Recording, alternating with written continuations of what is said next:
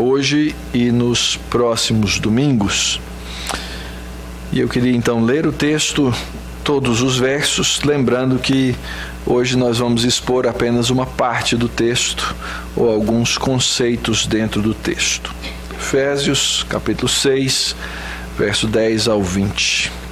Diz assim o apóstolo Paulo: quanto ao mais, sede fortalecidos no Senhor e na força do seu poder. Revesti-vos de toda a armadura de Deus, para poderdes ficar firmes contra as ciladas do diabo. Porque a nossa luta não é contra o sangue e a carne, e sim contra os principados e potestades, contra os dominadores deste mundo tenebroso, contra as forças espirituais do mal nas regiões celestes. Portanto, tomai toda a armadura de Deus, para que possais resistir no dia mau e, depois de terdes vencido tudo, permanecer inabaláveis. Estai, pois, firmes, cingindo-vos com a verdade e vestindo-vos da couraça da justiça. Calçai os pés com a preparação do evangelho da paz, embraçando sempre o escudo da fé, com o qual podereis apagar todos os dardos inflamados do maligno. Tomai também o capacete da salvação e a espada do Espírito, que é a palavra de Deus, com toda oração e súplica, orando em todo tempo no Espírito, e para isso vigiando com toda perseverança e súplica por todos os santos, e também por mim, para que me seja dada no abrir da minha boca a palavra, para com intrepidez fazer conhecido o mistério do Evangelho, pelo qual sou embaixador em cadeias, para que em Cristo eu seja ousado para falar, como me cumpre fazê-lo. Vamos orar? Pai bendito, nós estamos diante da Tua santa palavra. E nós queremos, ó Deus, ter a nossa mente e o nosso coração dobrados à Tua verdade. Assim rogamos, ó Deus, que o Espírito Santo, inspirador da Escritura, seja nessa hora agora aquele que ilumina nossa mente e coração para entendermos, para guardarmos e para cultivarmos a Tua verdade, ó Pai. Tem graça, tem misericórdia de nós, ó Deus.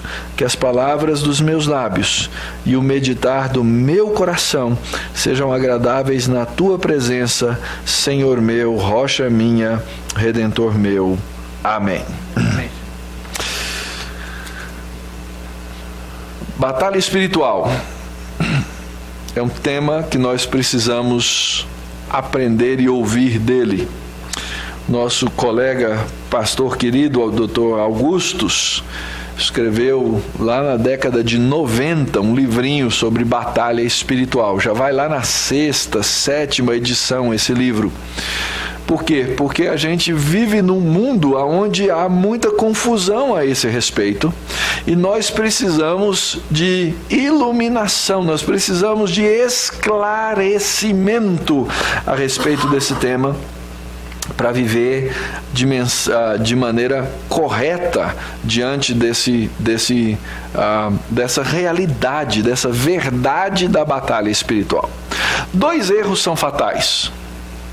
Um é o erro de achar que nós não vivemos numa batalha espiritual e simplesmente relegar isso a um segundo plano e entender que a gente pode viver uma vida na qual essas coisas não estão presentes, não fazem parte da realidade, não são a minha verdade, então eu não me preocupo com isso.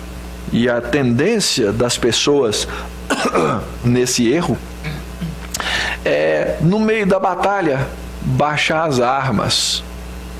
E o soldado que baixa as armas no meio da batalha, uma hora dessa ele é pego de surpresa.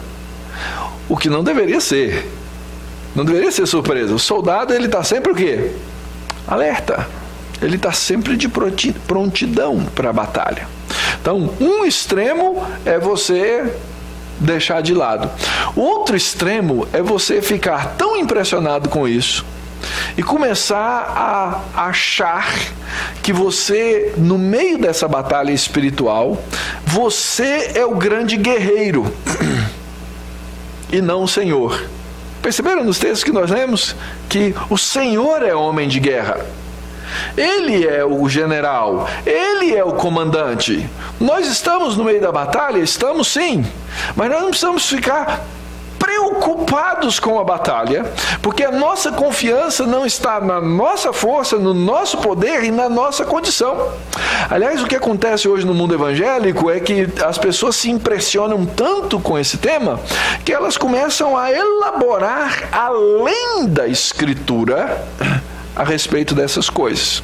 Então eu já estive presente, já vi, já ouvi e vejo aí nas coisas da internet as pessoas cheias de esquemas de guerra para viver essa batalha espiritual e começam a inventar coisas, a criar coisas e a viverem apenas em função do sobrenatural da batalha e esquecerem das coisas do dia a dia que nós precisamos fazer. E eu queria então começar alertando para 2 verdades essenciais do Evangelho.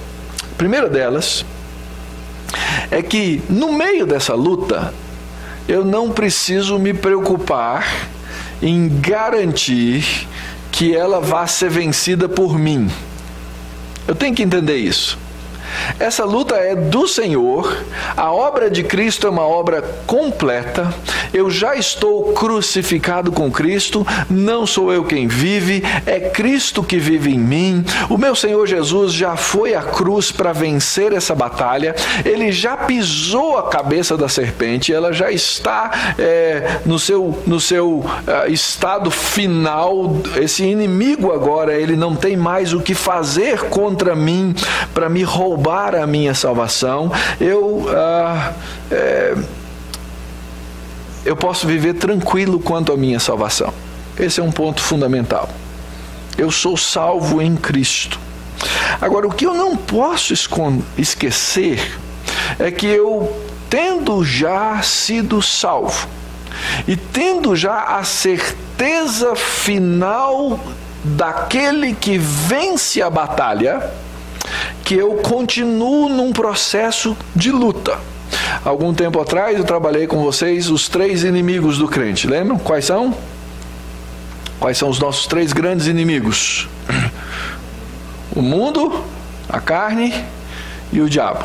Esses são os nossos 3 grandes inimigos. E contra esses 3 inimigos, nós continuamos numa guerra na qual não há trégua, na qual há uma demanda de perseverança e um esforço numa luta na qual eu não posso baixar a guarda. Então, por um lado, eu tenho a absoluta certeza da minha salvação. Por outro lado, eu preciso entender essa realidade de Efésios capítulo 6, aí no verso 10, quando o apóstolo diz: quanto ao mais sede fortalecidos, revestivos da armadura de Deus para ficar firme contra as ciladas do inimigo. É mais ou menos aquela ideia de uma guerra que já terminou, mas o inimigo ainda não se convenceu de que ele perdeu. Então ele continua no campo de batalha tentando causar as suas últimas mortes, as últimas perdas ao seu inimigo. E ele está lá, tentando derrubar. E nós precisamos então entender essa realidade para vivermos uma vida cristã saudável. Por que Paulo usa dessas imagens? Primeiro, porque essa é uma imagem bíblica.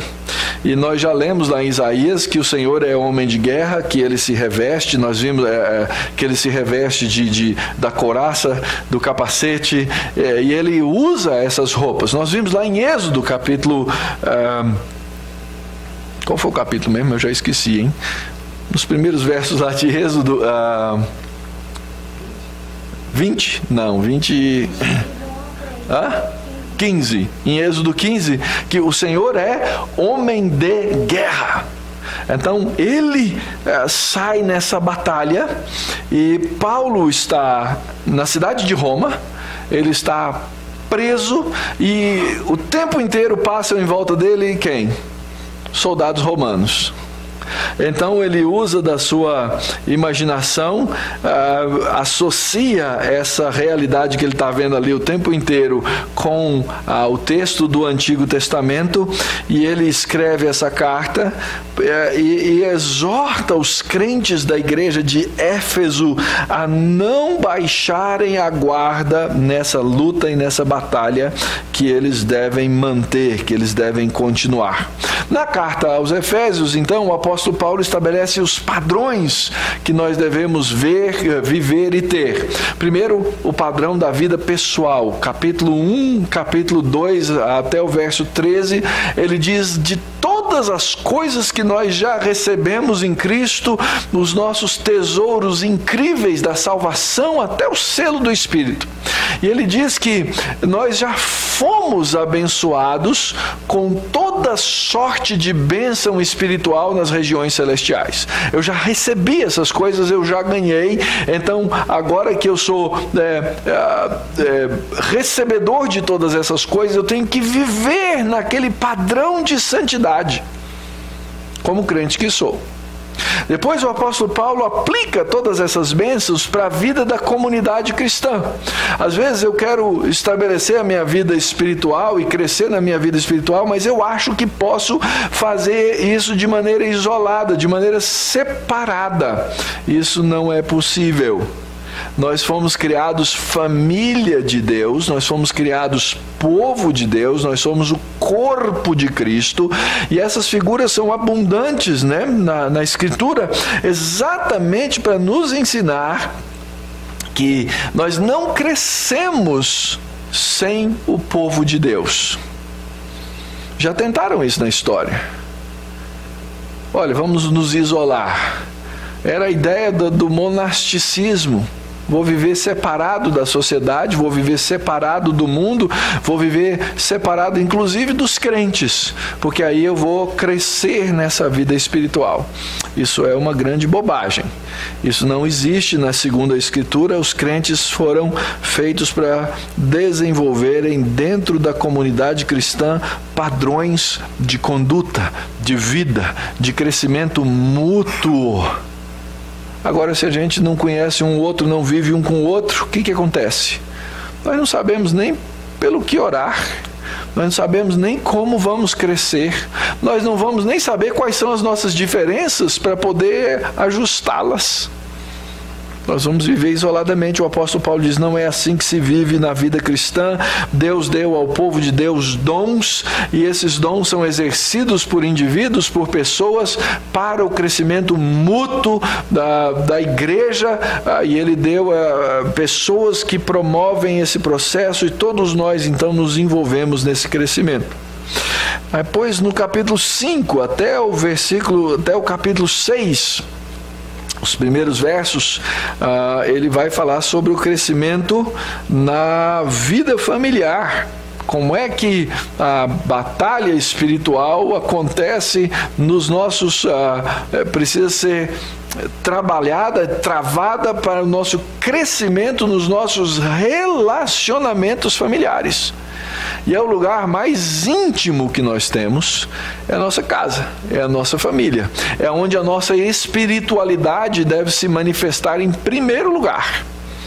E aqui vem o grande confronto, o grande problema que nós temos. Porque às vezes nós vivemos vida cristã pública sem ter vida cristã privada, sem ter vida cristã na nossa casa, no nosso lar. Não funciona, gente. Não existe isso. A velha expressão, um dia a casa cai. Você pode até manter aparências, mas se a vida cristã não opera dentro da sua casa, dentro do seu lar, eventualmente o mundo, ou a carne, ou o diabo prevalecem ou já prevaleceram. Então não tem como separar uma coisa da outra. Depois o apóstolo Paulo vai falar dos versos 2 até o verso 9 do texto, da nossa relação social fora da igreja e, de certa forma, fora do convívio mais íntimo do lar, mas das nossas relações sociais, a relação entre patrão e empregado, no caso aqui, era quase dentro de casa, porque era entre o senhor e o servo. Ela tem que ser regida pelo mesmo processo. E quando o apóstolo Paulo termina de falar de todos esses relacionamentos, no verso 10, ele vai usar essa expressãozinha que começa o nosso texto. Quanto ao mais, ou seja, para fazer todas as coisas, agora você precisa entender que essas relações, esses relacionamentos, esse desenvolvimento não vai ser simples. Ele vai ter que ser travado dentro dessa batalha. E nós não podemos perder contra os nossos inimigos. Logo, essa descrição que nós temos diante de nós, do verso 10 ao verso 20, ela vale para a nossa vida como indivíduos, na nossa relação com Deus, na nossa intimidade. Ela vale para a nossa relação como igreja, como comunidade, como família de Deus, como povo de Deus. Ela vale para a nossa relação familiar, ela vale para a nossa relação social. Nós precisamos entender que em todas essas áreas nós teremos batalhas contra os nossos inimigos. Então, na batalha espiritual, a primeira coisa que a gente precisa entender e a primeira coisa que a gente precisa aprender é a identificar quem são os inimigos. Isso é muito importante, sério, necessário. Você lutar contra quem você não conhece é muito difícil, mas você lutar contra quem você sabe que é o seu inimigo, você agora tem condições de saber quais são as armas, qual é o caráter, até onde esse inimigo seria capaz de chegar na luta e assim por diante. Então, nos versos 11 e verso 12, nós temos a identificação desses inimigos. Última palavrinha do verso 11 é o diabo, que na nossa tradução aparece com letra minúscula, podia até aparecer com letra maiúscula, porque é um ser muito pessoal. E o texto diz no verso 12, a nossa luta não é contra o sangue e a carne, e sim contra principados e potestades, contra os dominadores desse mundo tenebroso, contra as forças espirituais do mal nas regiões celestes. Então, nós temos esse inimigo e nós precisamos saber quem são esses inimigos: principados, potestades, dominadores, forças espirituais e assim por diante. E aqui vem aquele perigo dos dois extremos que eu comecei falando. Tem gente que se preocupa tanto em conhecer quem são principados, quem são as potestades e etc., que vão fazer entrevista com o inimigo. Então, sim, eles vão lá conversar com demônios, bater papo com demônio, quer saber não só o nome, mas quer saber o endereço, qual a casta que ele é, qual o ranking. A gente sabe que existe aí certos ranqueamentos entre as forças espirituais. Existe o Big Boss, o chefão, que é o diabo, que é Satanás e assim por diante. Existem aqueles que são comandados por ele.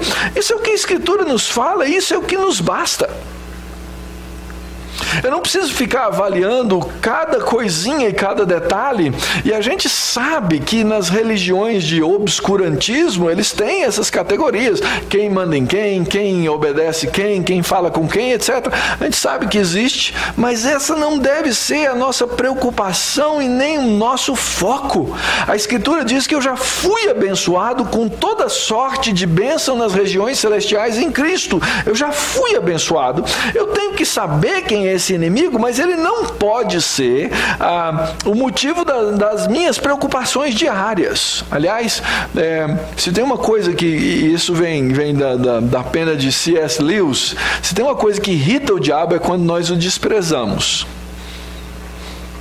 E, de fato, eu não preciso ter medo do diabo.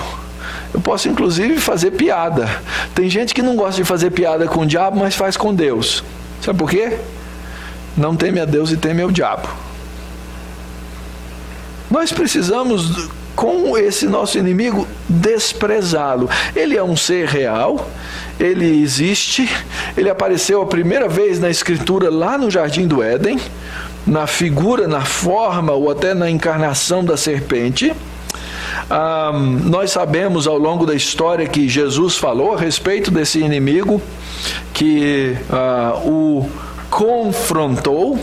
Os apóstolos falam a respeito dele. Paulo fala, Pedro fala, João fala, Tiago, o autor de Hebreus, vai falar desse inimigo. A gente sabe que ele se opõe a Deus, que ele é perverso. Nós sabemos que ele tenta segurar o evangelho, que ele é impiedoso, que ele luta com os anjos de Deus, está lá em Judas capítulo 9, não é? Versículo 9, e que de certa forma ele tem um domínio sobre alguns poderes desse mundo. A gente sabe disso. Mas isso não deveria me fazer perder nenhum minuto de sono. Porque ele é um inimigo vencido. Ele é um inimigo derrotado. Ele é um inimigo que já perdeu.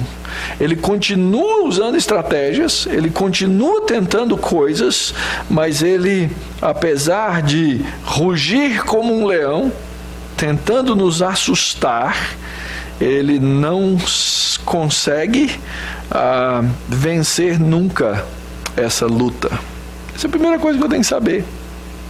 Então, Mauro, pode ficar tranquilo, pode dormir tranquilo, porque esse inimigo não é capaz de destruir a sua vida. Essa luta, verso 12 diz assim: porque a nossa luta não é contra o sangue, contra a carne. Essa luta é uma luta tipo combate de mão. Mas eu não devo ser alguém que passa o dia inteiro preocupado só com isso. Eu sei que eu estou na luta, e eu sei, e o apóstolo Paulo vai me dizer como é que eu venço essa luta, na qual há ciladas, na qual o inimigo tenta se esquivar dos golpes, no qual ele tenta dar golpes baixos. Nós estamos na luta, nós temos a nossa luta, nós temos os inimigos.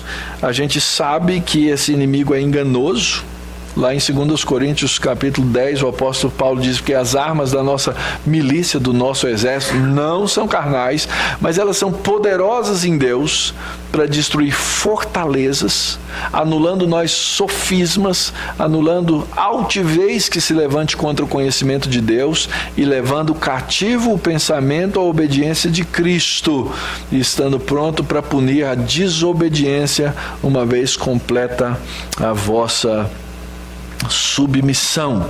Então, dentro dessa luta, nós lutamos contra esses seres, e dentro dessa luta há um sistema no qual nós estamos no meio dele.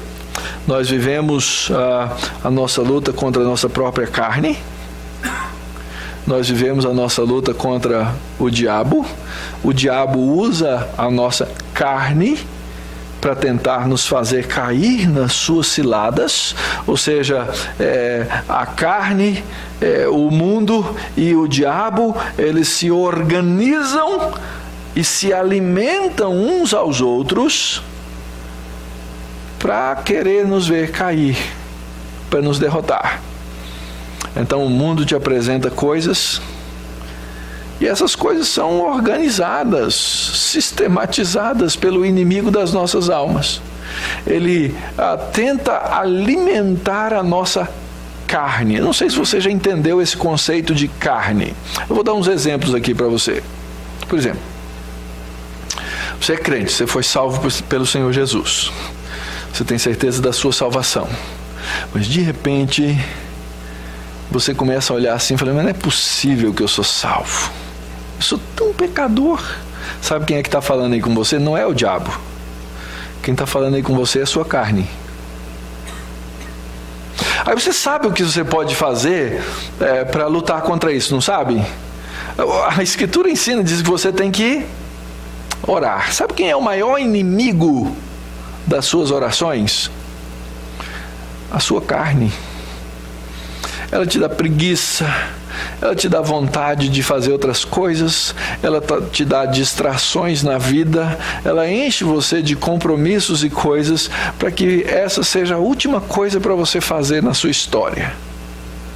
Você sabe que você tem que ler a Escritura e se alimentar da Escritura, mas sabe quem que é o grande inimigo da sua leitura da Escritura? Chama-se carne. É por isso que a Bíblia fala tanto a respeito do preguiçoso. Lembra que Deus abomina o preguiçoso? É nesse sentido. É essa força da carne que nos faz nos desviar das coisas de Deus, que te convence, no único dia em que Deus nos convoca para estarmos juntos, que nós estamos muito cansados para nos reunir com o povo de Deus. Essas são obras da carne. Essas são coisas da carne. Os nossos inimigos, eles se ajuntam contra nós, tentando nos derrotar nessa constante batalha. Logo, como é que você luta essa batalha? Você luta contra as coisas da carne. Mas o mundo vai te colocar obstáculos, vai te colocar propostas, e o grande inimigo, que é o diabo, ele esquematiza essas coisas. Isso é a palavrinha que o apóstolo Paulo vai dizer aí, as ciladas do diabo. Mas, pastor, o senhor não está sendo muito simplista nessa explicação?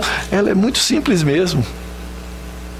E nós, às vezes, gostamos de torná-la muito mais complexa, porque aí nós conseguimos dentro dela mais desculpas para não fazer as coisas que nós devemos fazer e que são simples, que é ler a Bíblia, que é orar e que é submeter o nosso coração à palavra de Deus, que é ir à reunião do povo de Deus, que é nos dobrar diante de Deus em adoração. Mas nós vivemos num mundo cheio de coisas poderosas que só podem ser superadas pelo poder de Deus. Essas fortalezas, elas são cheias de ideias e conceitos que tentam nos destruir e desviar os nossos olhos da verdade do Senhor. Por isso é que isso é chamado de um mundo tenebroso. É um mundo tenebroso porque ele opera contra Deus. A palavrinha traduzida aqui por ciladas é metodeia, métodos. Trapaça, engano pelo qual Satanás procura derrotar o crente. E a gente vê muita gente cair mesmo, queridos. Por quê? Porque se deixam envolver por ciladas. Você está aqui hoje, você é crente. Você é crente, continua vindo na igreja.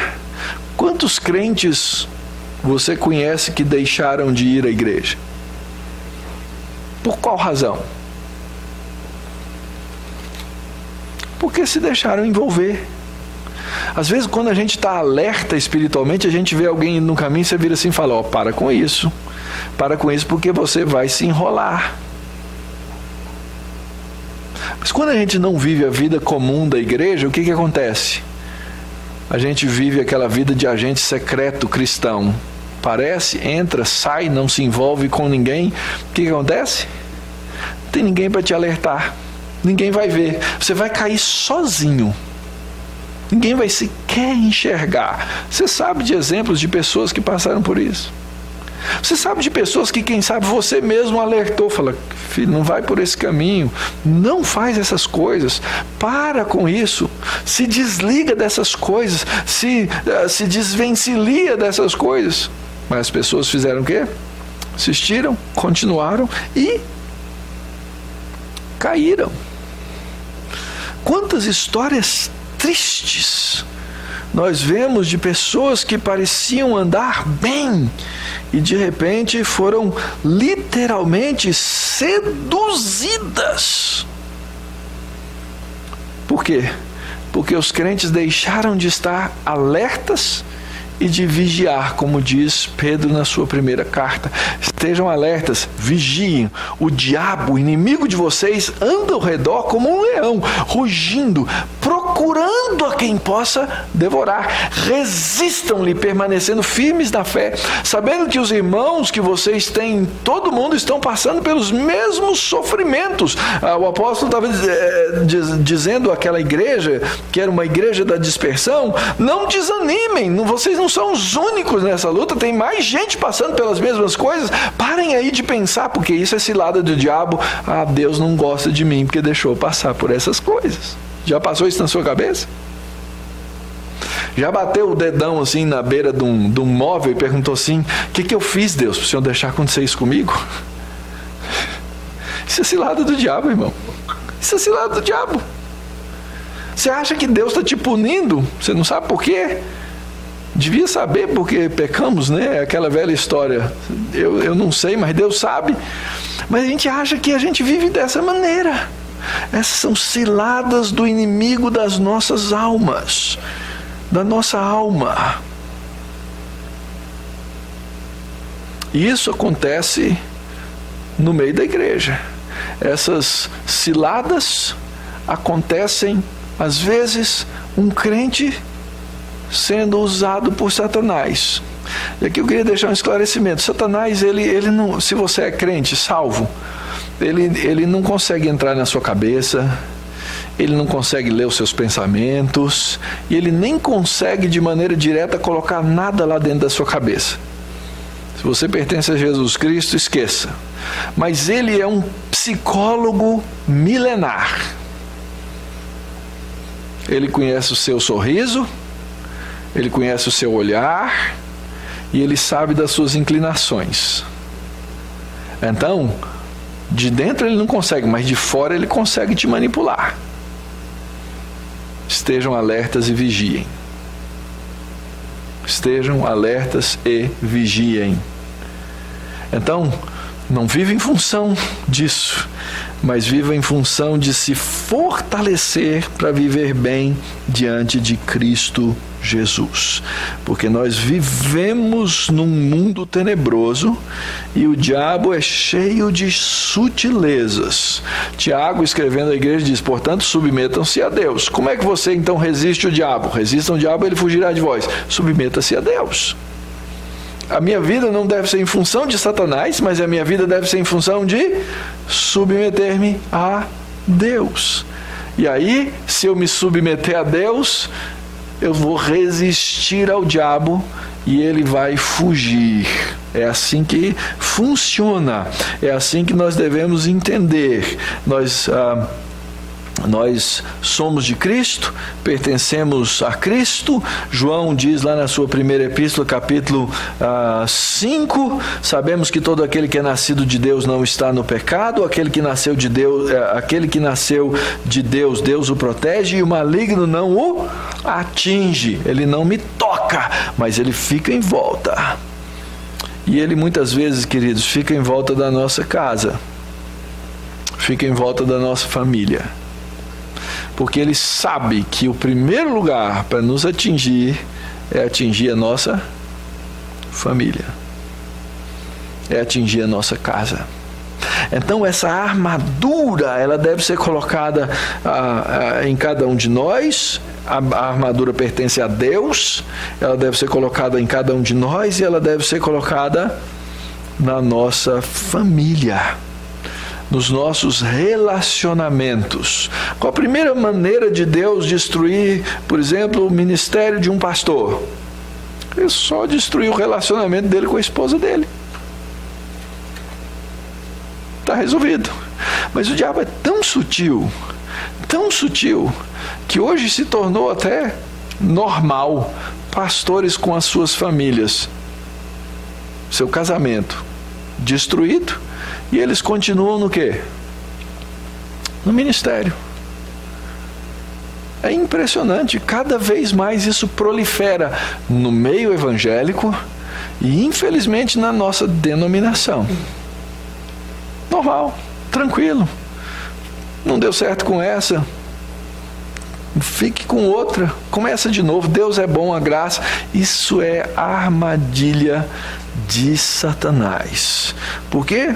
Homens não se submeteram a Deus, não resistiram ao diabo e se encaminharam por outros caminhos.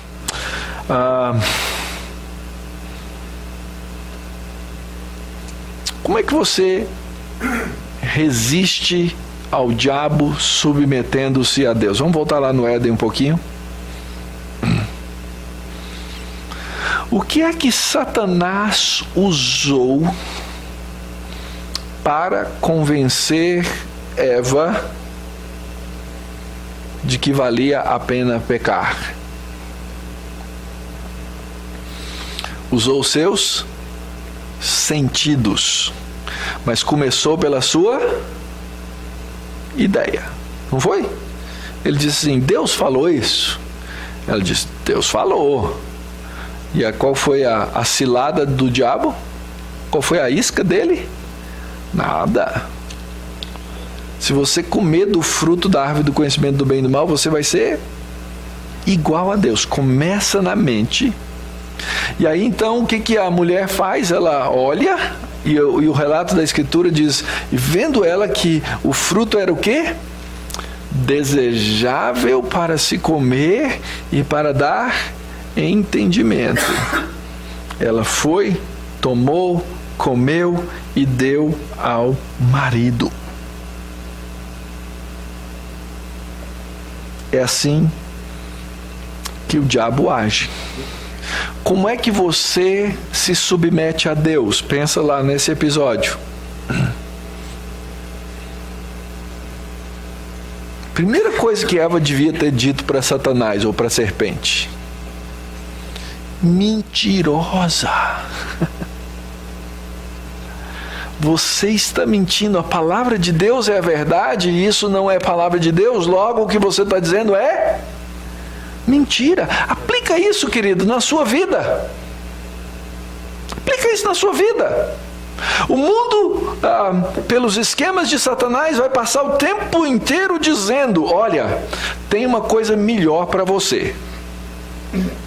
Tem uma coisa melhor para você. Tem um jeito mais fácil, um caminho, um atalho para você obter riquezas.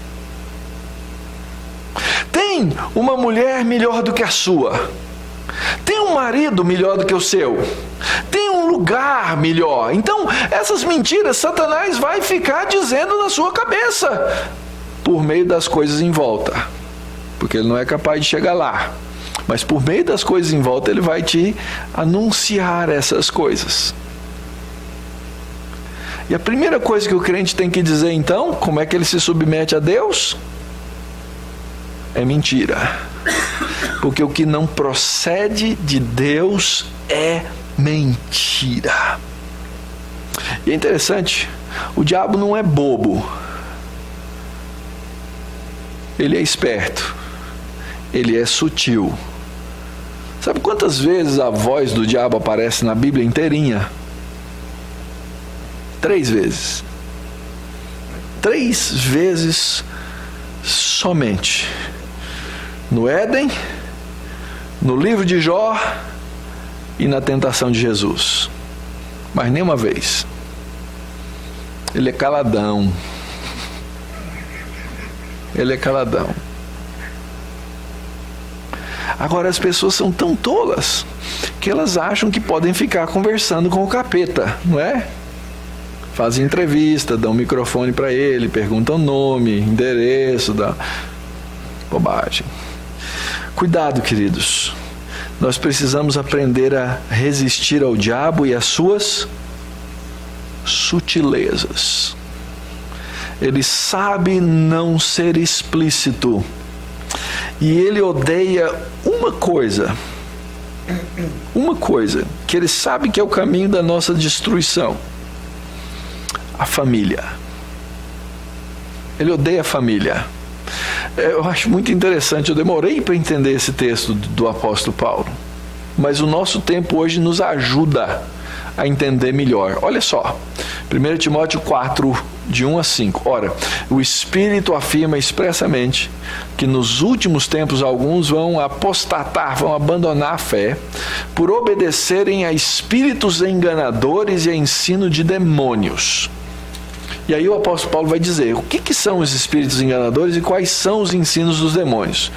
Primeiro, pela hipocrisia dos que falam mentiras. Essa é uma característica. A primeira coisa que Satanás fez, ele é o pai da mentira. Então, a primeira coisa. Segunda coisa, tem cauterizado a própria consciência. Então ele pensa assim, deve ser verdade. Eles se convencem da mentira como se fosse verdade. A consciência não, eu faço isso tranquilamente. Eu li essa semana um relato de um dos pais da liberação do aborto ao redor do mundo. Ele fez mais de 5.000 abortos pessoalmente e coordenou mais de 80.000 abortos. Um homem. Não, eu fazia com alegria, ele diz. Eu achava que eu estava salvando o mundo. Eu achava que eu estava salvando o mundo. Mas depois ele percebeu que não era bem assim. Mas os homens têm a consciência cauterizada. A terceira coisa que eles fazem qual é? Proíbem o casamento. E aí está uma das chaves, um dos segredos.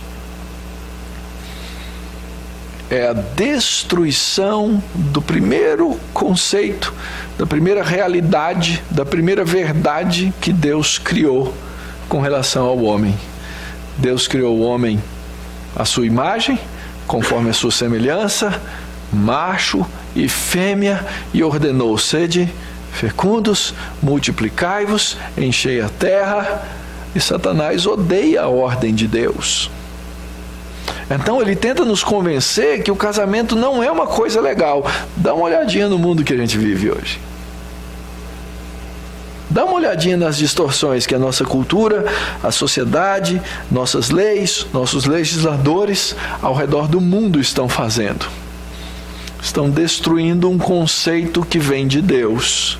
Além de outras coisas, exigem a abstinência de alimentos que Deus criou para serem recebidos com ações de graças pelos fiéis e por quantos conhecem plenamente a verdade. Pois tudo que Deus criou é bom, recebido com ações de graças, nada é recusável, porque pela palavra de Deus e pela oração é santificado. Então, o inimigo de nossas almas, ele odeia a nossa casa. Ele odeia a nossa família. E ele sabe se lá na sua casa se ora ou não. Ele sabe se lá na sua casa a escritura é valorizada ou não. Ele sabe se lá na sua casa o nome dele é adorado ou não. Ele sabe. E aí então ele vai exatamente com os mecanismos do mundo e alimentando a nossa própria carne, tentar nos fazer receber ensinos demoníacos. E eles não entram na nossa casa por todos os meios? Eles não entram na nossa casa por meio da TV? Eles não entram na nossa casa por meio da literatura? Eles não entram na nossa casa junto com as nossas ideias? O inimigo das nossas almas não tolera essa coisa chamada família. Como é que a gente pode estar prontos? O apóstolo Paulo começa o texto dizendo: quanto ao mais, sede fortalecidos no Senhor e na força do seu poder. Não é confiar em você, mas é confiar em Deus. O problema dos nossos pais no Jardim do Éden é que eles foram convencidos pelo inimigo das nossas almas de que eles poderiam confiar neles mesmos. Neles mesmos.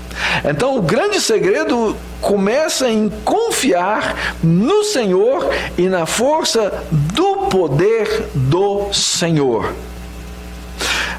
Paulo não está sugerindo aqui que eu peça mais poder a Deus, que eu peça algo adicional além da obra de Cristo. Mas que eu, como cristão, tendo recebido todas as coisas, deseje mais as coisas de Cristo. Nós vamos cantar um hino aqui no final. Diz assim: mais de Cristo eu quero ter. Não é mais da obra de Cristo, mas é a minha fé aumentada na obra de Cristo. Quando um crente percebe o poder de Deus na vida de Cristo, na ressurreição de Cristo, esse cristão para de temer as circunstâncias do mundo. Ele começa a entender Romanos 8. Quem é que vai ser contra mim? Por que eu vou ter medo? Vou ter medo do quê? Se Deus é por mim. E se existe uma coisa que é obra da carne, chama-se medo. Satanás opera ao nosso redor. Lembra da ideia de rugir como leão? O leão, ele não pode me tocar, ele não pode me morder, mas ele ruge para me dar o quê? Medo, para me fazer desconfiar. Eu já recomendei para vocês lerem O Peregrino. Num dos campos que o peregrino precisa passar, ele tem uma estrada, ele tem um caminho, e ele fica ouvindo o rugido dos leões. Ele fica com medo de passar. Ele fala: os leões vão me comer. O orientador dele lá diz assim: não teme, vai pelo caminho, porque no caminho os leões estão presos, eles não chegam lá. Mas você tem que ter coragem de ir. Você não pode ter medo. Quem é que vai ser contra mim se eu sou cristão? Se eu sou crente? Quem é que vai me destruir? Lembra lá do apóstolo Paulo nesse capítulo? O que vai me destruir? Vai ser morte? Vida? Vai ser o diabo? Serão as circunstâncias? Nada, nada, nada, absolutamente nada. Finalmente, quanto ao mais, para viver bem na sua casa, para viver bem na igreja, para ter uma vida espiritual sadia diante de Deus, seja fortalecido no Senhor e na força do seu poder. É a realidade fundamental da vida do crente, viver do poder de Deus. Então não ore a Deus dizendo assim: Deus, me dá mais poder. Mas ore dizendo: Deus, me permita viver plenamente, sendo obediente ao Senhor, viver do poder do Senhor. Viver do poder do Senhor. Eu tenho que fazer isso, a minha casa tem que fazer isso, a minha igreja tem que fazer isso. Nós precisamos fazer essas coisas todas juntas. E acontece uma coisa com o crente. A gente, ao longo da história, a gente se enfraquece. Lembra de Timóteo? Já era pastor. Qual igreja, lembra? Igreja de Éfeso. Ele era pastor lá. Anos pastoreando aquela igreja, e ele estava se tornando um homem temeroso e tímido. O apóstolo Paulo escreve a Timóteo e diz assim: reavives o dom que há em ti. Vai lá no meio do braseiro para você viver com o fogo do braseiro, senão você vai apagar. O crente é assim. O crente, ele vive no meio da igreja, porque é na igreja que Deus alimenta essas brasas, para que nós tenhamos coragem, para que nós tenhamos continuidade, sendo fortalecidos. O poder é de Deus, a obra é de Deus, Pai, Filho e Espírito Santo. O fundamento é deles. Agora nós sabemos essa realidade e nós vivemos nessa força. Qualquer outra fonte de segurança é falsa. Seu emprego, seu salário, seu seguro, suas economias, tudo é falso. Tudo pode ser roubado, tudo pode ser tomado de você, tudo pode ser levado pelo ladrão, pode ser corrompido e corroído pela traça e pela ferrugem. Mas a minha força tem que vir do Senhor. Essa força é eficaz. Lá no comecinho da carta aos Efésios, Paulo fala a respeito da grandeza do poder para com aqueles que creem, segundo a eficácia da força do seu poder. Nós temos que crer que Deus quer o melhor para nós. Nosso grande problema, queridos, é que nós queremos crer em promessas que Deus não nos deu. E viver de coisas que nós não temos nenhuma garantia que vamos viver dela. Hoje as igrejas fazem isso. Olha, Deus te prometeu casa nova, emprego novo e assim por diante. Tem uns aí que, inclusive, Deus prometeu uma mulher nova, um marido novo e etc. Larga do antigo e assim por diante. Deus não prometeu nenhuma coisa dessa específica. É por isso que nós vamos atrás dessas coisas na nossa vida, confiando na força do poder de Deus, na eficácia. Ele vai me suprir naquilo que eu preciso. Ser fortalecido é lembrar que essa força de Deus é que nos encoraja no dia a dia. Não tem jeito de continuar na batalha sem conhecer essa verdade plenamente. Eu tenho que estar convencido, confiante nessas coisas que eu recebi a promessa de fato. E isso tem que funcionar para mim, isso tem que funcionar para a minha casa. Eu não sei como é que você faz essas coisas, mas eu quero dizer que você precisa aprender a lutar essa batalha espiritual dentro da sua casa. Fazer da sua casa um lugar onde a luz de Cristo brilhe. E isso não é por obras da carne. Isso não é pelos mecanismos da carne. Mas isso é através dessa batalha espiritual, na qual nós entramos com oração, com a Escritura, e no futuro nós vamos ver essa armadura de Deus que o crente precisa vestir. Você precisa lembrar que o homem de guerra é Deus. Esse primeiro texto nós já lemos, era capítulo 15 mesmo, né? De Êxodo. O Senhor é homem de guerra. Aqui em Isaías 42, o texto diz assim: deem honra ao Senhor, anunciem a sua glória nas terras do mar. O Senhor sairá como um valente, despertará o seu zelo como homem de guerra, clamará, lançará forte grito de guerra e mostrará a sua força contra os seus inimigos. Confie nisso.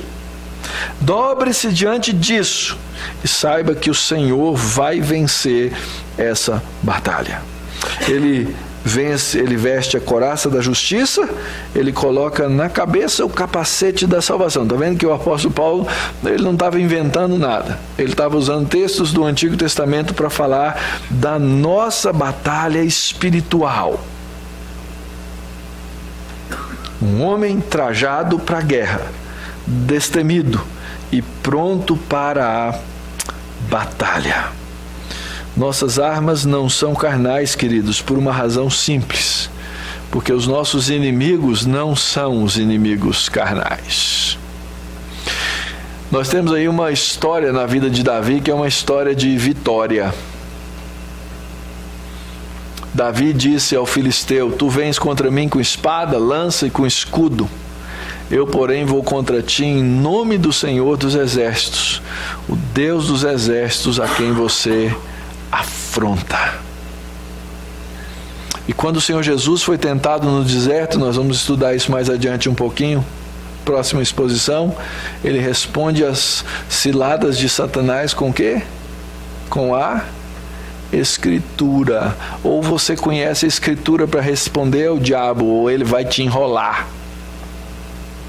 Ele vai te enrolar por meio do teu professor na escola, por meio do seu colega de trabalho, por meio da sua vizinha.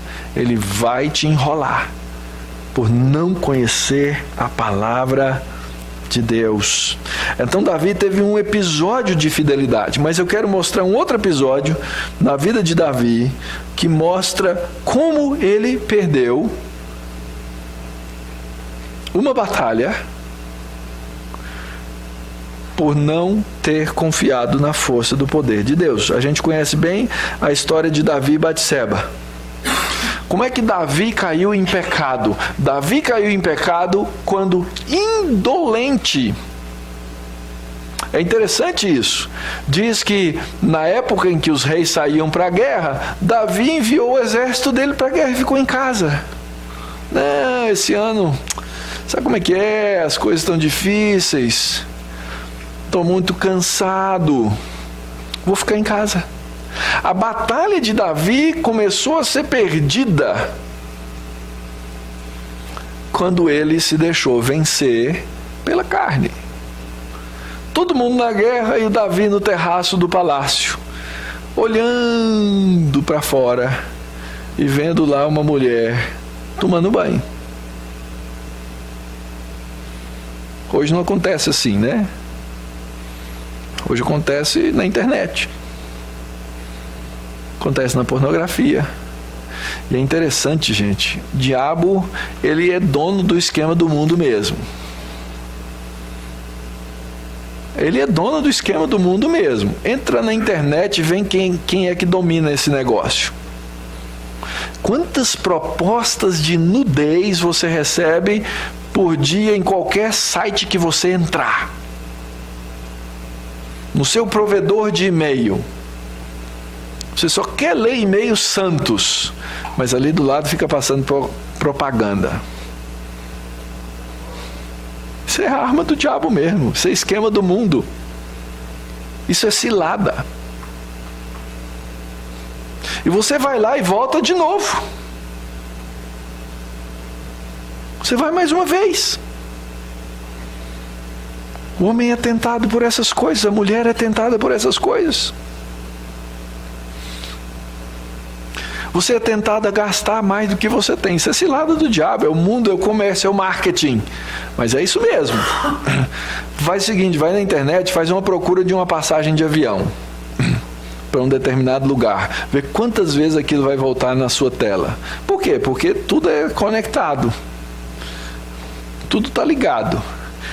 Aquilo lá percebe o seu interesse e fica te mandando propaganda do seu interesse. Tem um lado que é interessante, a tecnologia é legal, mas não se engane. O mundo usa essas coisas para o pecado e para a nossa destruição.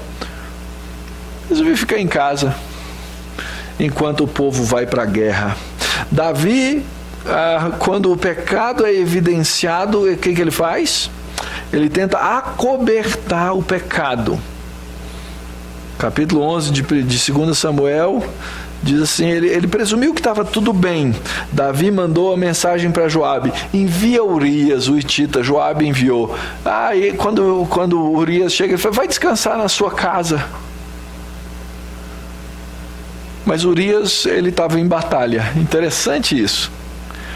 Ele virou para Davi e falou assim: olha, não é justo que os meus colegas soldados estejam no meio da batalha e eu vá agora ficar tranquilo. Eu vou dormir aqui na porta do palácio mesmo. Aí Davi já devia ter percebido a coisa. Como se não bastasse, o que Davi fez? Ele mandou pelo próprio Urias uma carta para o comandante e falou: coloca Urias na linha de frente, onde o combate estiver mais violento, porque para cobrir o meu pecado eu prefiro que ele morra. Percebe como as coisas funcionam? Começou com uma olhada da sacada. Uma olhada na sacada. Começou com a indolência de não ir para a guerra. Porque era notório que quem deveria estar no comando da guerra era o rei. A carne funciona assim, queridos. Ele tenta esconder, ele assassina um homem, colocando-o na frente. No final diz assim: passado o luto, Davi mandou que a trouxessem para o palácio. Ela se tornou sua mulher, teve um filho, tranquilo, pecado encoberto. Mas o que ele fez desagradou ao Senhor. Finalmente o pecado foi exposto, aflorou, e Davi foi confrontado, e ele se arrependeu do seu pecado. Mas fala a verdade, era melhor ter passado a vida com isso ou sem isso?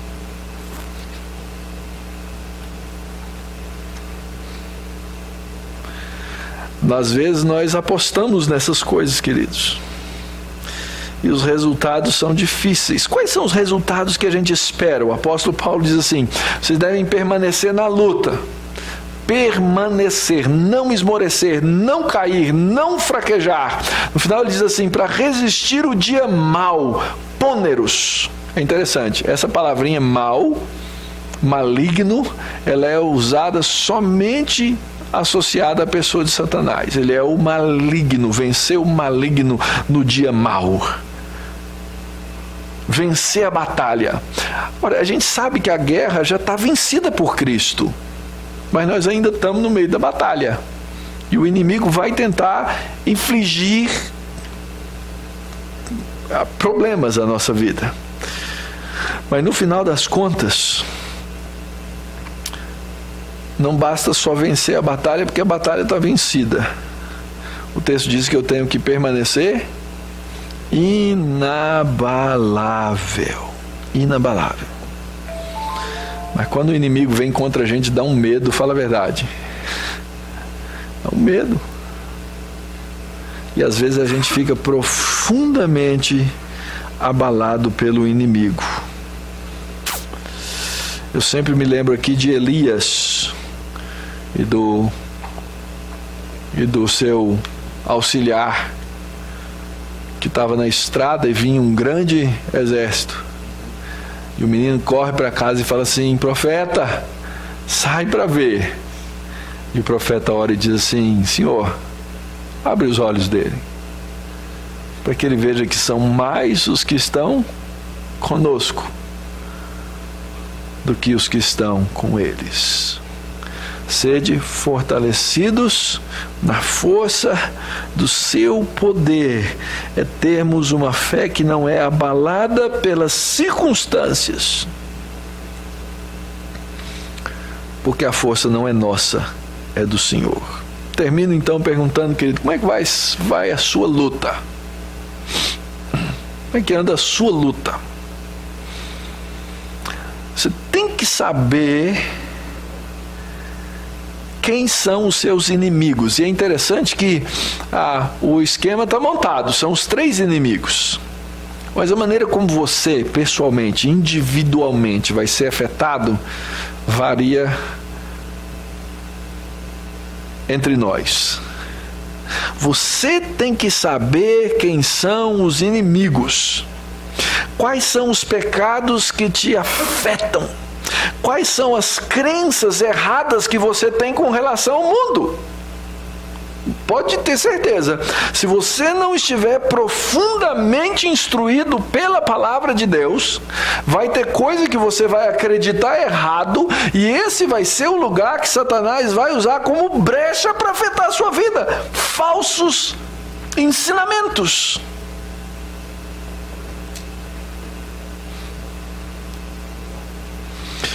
O que é na sua vida, no seu estilo de vida? Está aqui um ídolo que a gente não gosta de mexer, fala a verdade. O que é que no seu estilo de vida é lugar e brecha para Satanás entrar nas suas coisas? Afetar a sua vida? O amor ao seu padrão?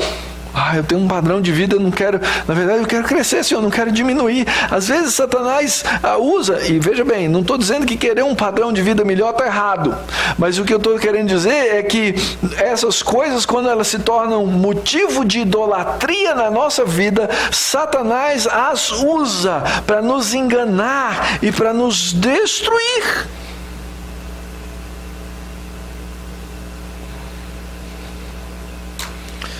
Satanás gosta de usar do esquema da dúvida.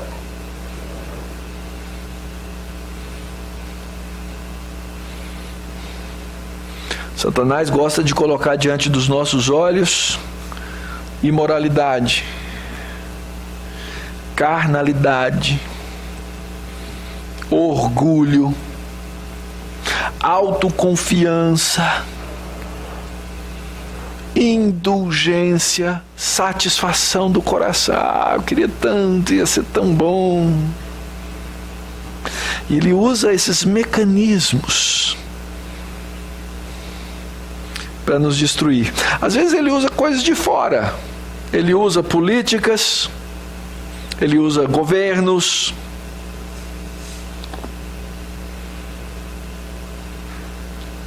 ele usa o amor que nós podemos ter ao mundo. E a minha pergunta para você é: quais são as armas que você está usando? Primeiro, você conhece esses inimigos, você sabe quais são os seus pecados, sabe aqueles pecados que a gente guarda no armário e a gente deixa lá bonitinho para a gente usar quando a gente quer? O pecado do orgulho, eu deixo lá guardadinho. Na hora que eu estou precisando, eu vou lá e tiro o orgulho e coloco ele de fora e deixo ele transparecer, porque isso faz com que as pessoas me vejam diferente, me vejam maior, me vejam superior aos outros. São muitos os pecados, você tem que saber quais são os pecados que te afetam. E você tem que orar a respeito deles. E você tem que dizer assim: Senhor, essas coisas têm que estar debaixo da força do teu poder. Use dos meios de graça, querido. A oração, a leitura da palavra, a presença no meio do povo de Deus, a sua constância.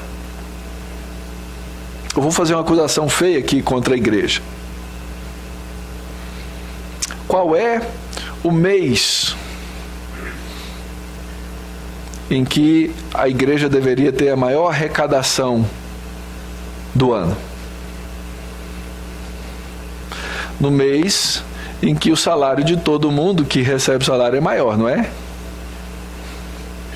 Afinal de contas, no fim do ano a gente recebe o salário e recebe o glorioso 13º. Adivinhe qual foi a nossa menor arrecadação do ano? Foi no mês de dezembro. Porque nós nos enchemos de coisas. Nós damos lugar à carne. E o nosso compromisso da contribuição se torna secundário. Porque nós queremos manter certos padrões. Afinal de contas, estamos em crise. Nós achamos as desculpas para aquilo que nós queremos. Infelizmente, nós somos assim. E quando o pastor usa aqui a primeira pessoa do plural, ele se inclui nessas coisas. Nós somos assim, queridos. Mas nós temos que constantemente lutar Como é que você luta pela sua casa? Sua casa é um lugar de oração? Você ora?